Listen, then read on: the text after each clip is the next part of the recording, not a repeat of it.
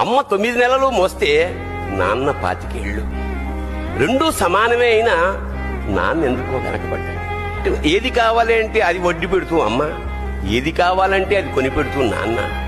దెబ్బ తగిలినప్పుడు అమ్మా అని పిలవడే, అవసరం వచ్చినప్పుడు తప్ప. మిగతా అప్పుడు గుర్తురానందుకు నాన్న ఎప్పుడైనా బాధపడ్డాడా? ఇద్దరూ సమానమే అయినా పిల్లల ప్రేమను పొందడంలో తరతరాలుగా నాన్నెందుకో వెనకబడ్డాడు. అమ్మకి మాకు బీరువా నిండా రంగురంగుల చీరలు బట్టలు, నాన్న బట్టలకు దండెం కూడా నిండదు. తనని తాను పట్టించుకోవడం రాని నాన్న ఎందుకో మాకు కూడా పట్టనంత వెనకపడ్డాడు. అమ్మకి అన్నో కొన్నో బంగారు నగలు, నాన్నకి బంగారు అంచున్న పట్టు పంచి ఒకటే. కుటుంబం కోసం ఎంత చేసినా తగిన గుర్తింపు తెచ్చుకోవడంలో నాన్నెందుకో పాపం బాగా వెనకబడ్డాడు.